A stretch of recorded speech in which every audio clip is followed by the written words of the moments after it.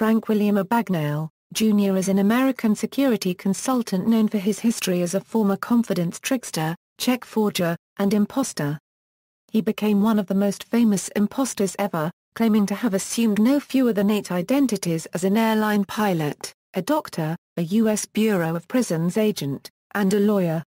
He escaped from police custody twice, before he was 21 years old. He served less than 5 years in prison before starting to work for the federal government.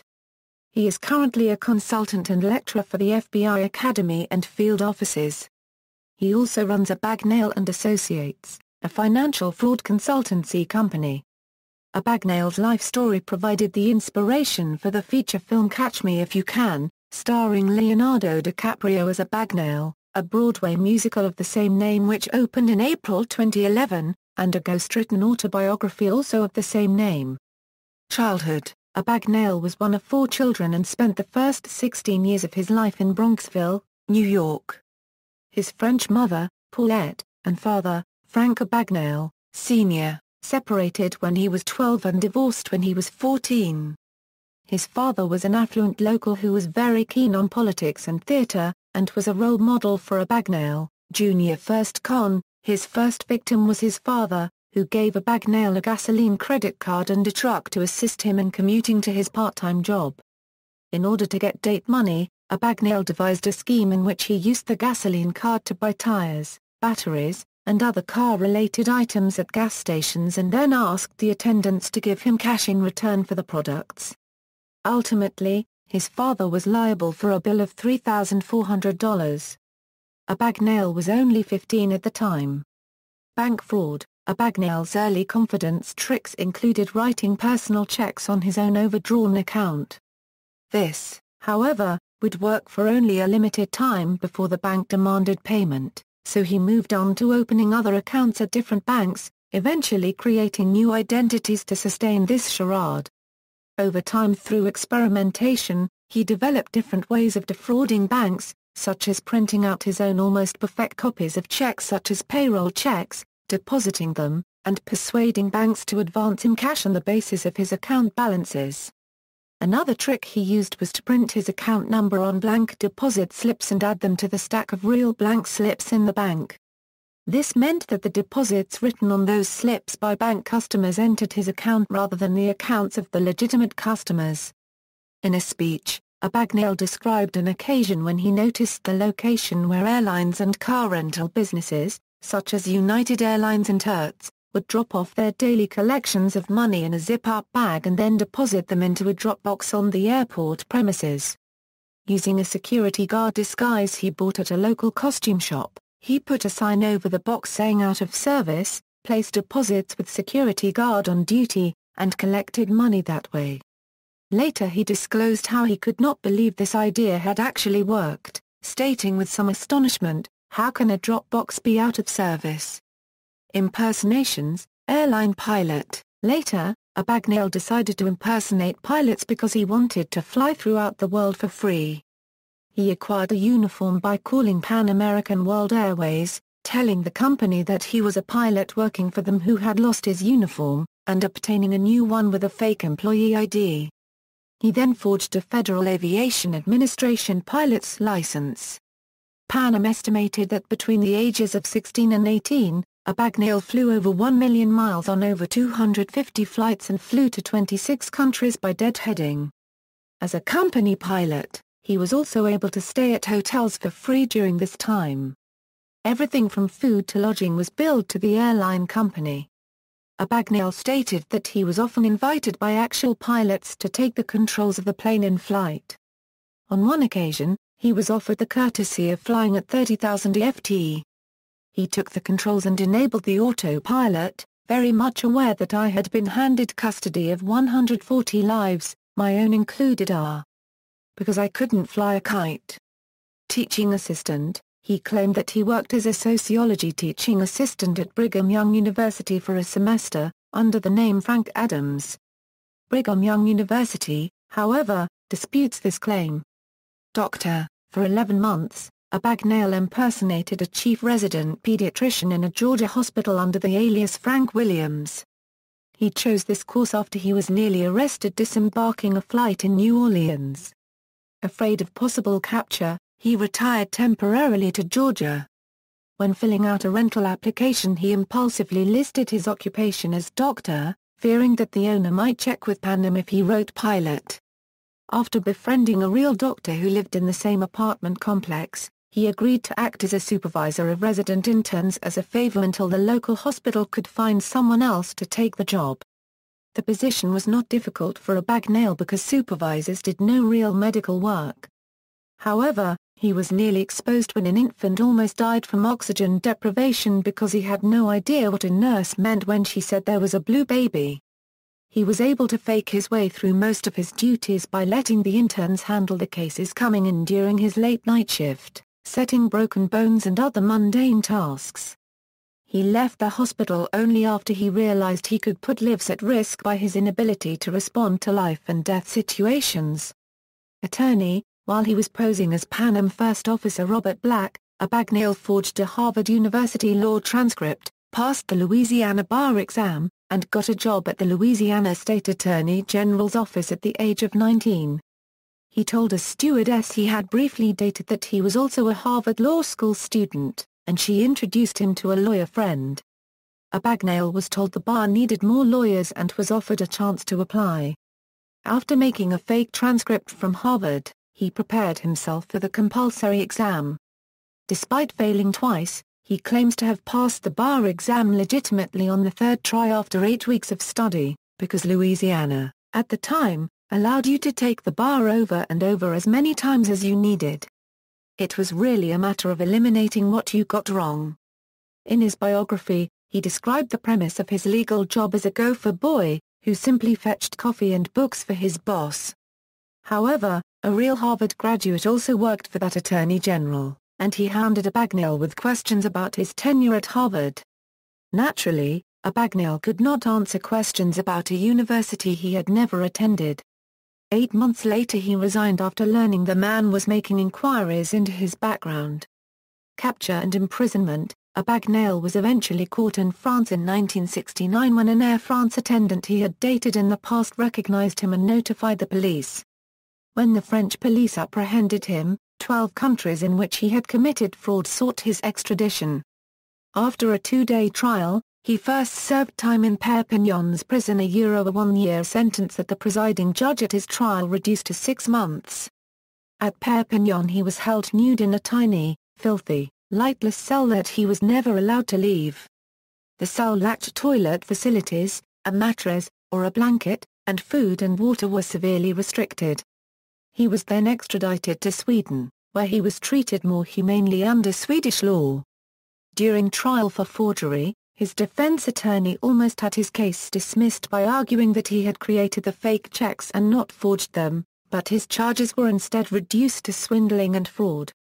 Following another conviction, he served 6 months in a Malmö paragraph prison, only to learn at the end of it he would be tried next in Italy. Later, a Swedish judge asked a U.S. State Department official to revoke his passport. Without a valid passport, the Swedish authorities were legally compelled to deport him to the United States, where he was sentenced to 12 years in a federal prison for multiple counts of forgery. Alleged escapes: while being deported to the U.S., Abagnale escaped from a British VC-10 airliner as it was turning onto a taxiway at New York's JFK International Airport. Under cover of night, he scaled a nearby fence and hailed a cab to Grand Central Terminal.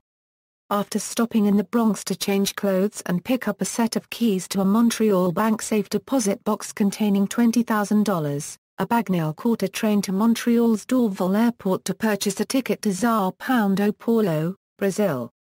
After a close call at a Mac's Milk in Dundas, Ontario, he was apprehended by a constable of the Royal Canadian Mounted Police while standing in line at the ticket counter. Abagnale was subsequently handed over to the U.S. Border Patrol. In April 1971, Abagnale reportedly escaped from the Federal Detention Center in Atlanta, Georgia, while awaiting trial. In his book, Abagnale considers this to be one of the most infamous escapes in history. During the time, U.S. prisons were being condemned by civil rights groups and investigated by congressional committees. In a stroke of luck that included the accompanying U.S. Marshal forgetting his detention commitment papers, Abagnale was mistaken for an undercover prison inspector and was even given privileges and food far better than the other inmates. The Federal Department of Corrections in Atlanta had already lost 2 employees as a result of reports written by undercover federal agents, and Abagnale took advantage of their vulnerability. He contacted a friend who posed as his fiancé copywriter and slipped him the business card of Inspector C.W. Dunlap of the Bureau of Prisons, which he had obtained by posing as a freelance writer doing an article on fire safety measures in federal detention centers. She also handed over a business card from Sean O'Reilly, the FBI agent in charge of Abagnale's case, which he doctored at a stationery print shop. Abagnale told the corrections officers that he was indeed a prison inspector and handed over Dunlap's business card as proof. He told them that he needed to contact FBI agent Sean O'Reilly on a matter of urgent business. O'Reilly's phone number was dialed and picked up by Gene Sabring at a payphone in an Atlanta shopping mall, posing as an operator at the Federal Bureau of Investigation. Later, he was allowed to meet unsupervised with O'Reilly in a predetermined car outside the detention center. Sabring, incognito, picked Abagnale up and drove him to an Atlanta bus station where he took a Greyhound bus to New York, and soon thereafter, a train to Washington, D.C. Abagnale then bluffed his way through an attempted capture by posing as an FBI agent after being recognized by a motel registration clerk. Still intent on making his way to Brazil, Abagnale was picked up a few weeks later by 2 NYPD detectives when he inadvertently walked past their unmarked police car. Legitimate jobs. In 1974, after he had served less than 5 years of his 12-year sentence at Federal Corrections Institute facility in Petersburg, Virginia, the United States federal government released him on the condition that he helped the federal authorities, without pay, to investigate crimes committed by fraud and scam artists, and sign in once a week. Unwilling to return to his family in New York, he left the choice of parole up to the court, and it was decided that he would be paroled in Texas. After his release, Abagnale tried numerous jobs, including cook, grocer, and movie projectionist, but he was fired from most of these after it was discovered he had been hired without revealing his criminal past. Finding these jobs unsatisfying, he approached a bank with an offer. He explained to the bank what he had done and offered to speak to the bank staff and show them various tricks that paperhangers used to defraud banks. His offer included the condition that if they did not find his speech helpful, they would owe him nothing. Otherwise, they would owe him only $500 with an agreement that they would provide his name to other banks. With that, he began a legitimate life as a security consultant. He later founded Abagnale Associates, based in Tulsa, Oklahoma, which advises companies on fraud issues. Abagnale also continues to advise the FBI, with whom he has associated for over 35 years, by teaching at the FBI Academy and lecturing for FBI field offices throughout the country. According to his website, more than 14,000 institutions have adopted Abagnale's fraud prevention programs. Abagnale testified before the U.S. Senate in November 2012 about the vulnerabilities of senior citizens to fraud, particularly stressing the ubiquitous use of Social Security numbers for identification, including on Medicare cards. Veracity of claims. The authenticity of Abagnale's criminal exploits was questioned even before the publication of Catch Me If You Can. In 1978, after Abagnale had been a featured speaker at an anti-crime seminar, a San Francisco Chronicle reporter looked into his assertions. Phone calls to banks, schools, hospitals and other institutions Abagnale mentioned turned up no evidence of his cons under the aliases he used. Abagnale's response was that due to the embarrassment involved, I doubt if anyone would confirm the information. In 2002, Abagnale himself addressed the issue of his story's truthfulness with a statement posted on his company's website which said in part, I was interviewed by the co-writer only about 4 times. I believe he did a great job of telling the story, but he also over-dramatized and exaggerated some of the story. That was his style and what the editor wanted. He always reminded me that he was just telling a story and not writing my biography. Media appearances. Abagnale appeared on the TV quiz show To Tell the Truth in 1977, along with two contestants presenting themselves as him. In the 1970s, he also appeared at least 3 times as a guest on The Tonight Show, and was interviewed on one occasion by guest host George Carlin. In the early 1990s, Abagnale was featured as a recurring guest on the UK television series The Secret Cabaret, produced by Open Media for Channel 4. The show was based around magic and illusions with a sinister, almost gothic presentation style, and Abagnale was featured as an expert exposing various confidence tricks.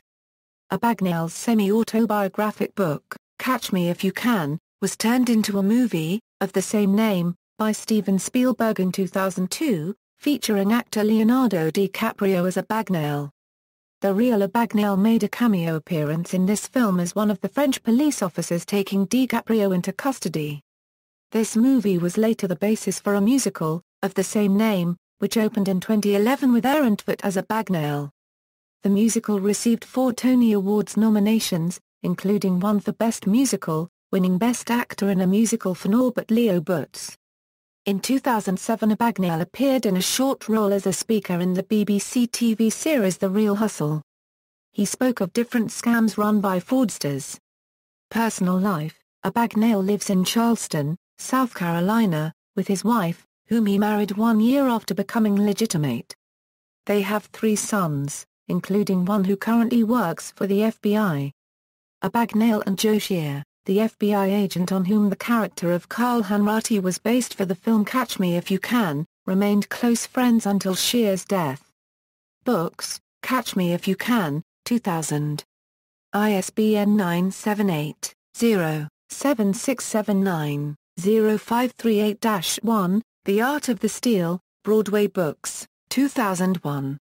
ISBN 978-0-7679-0683-8, The Art of the Steal, Andrews Macmillan Publishing, LLC, 2002.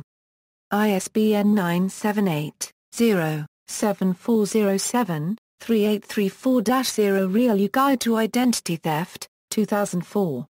ISBN 978-1-932999-01-3, Stealing Your Life, Random House Broadway Books, April 2007. ISBN 978-0-7679-2586-0. See also, Question Document Examination, Michael Sabo, Ferdinand Waldo de Mera, The Great Impostor, 1961 movie about de Mera. References. External links: The Story of Frank W. Abagnale Jr. from CrimeLibrary.com, official Abagnale and Associates site, Frank Abagnale at the Internet Movie Database, interview of Frank Abagnale with BBC News, official website for Catch Me If You Can the musical.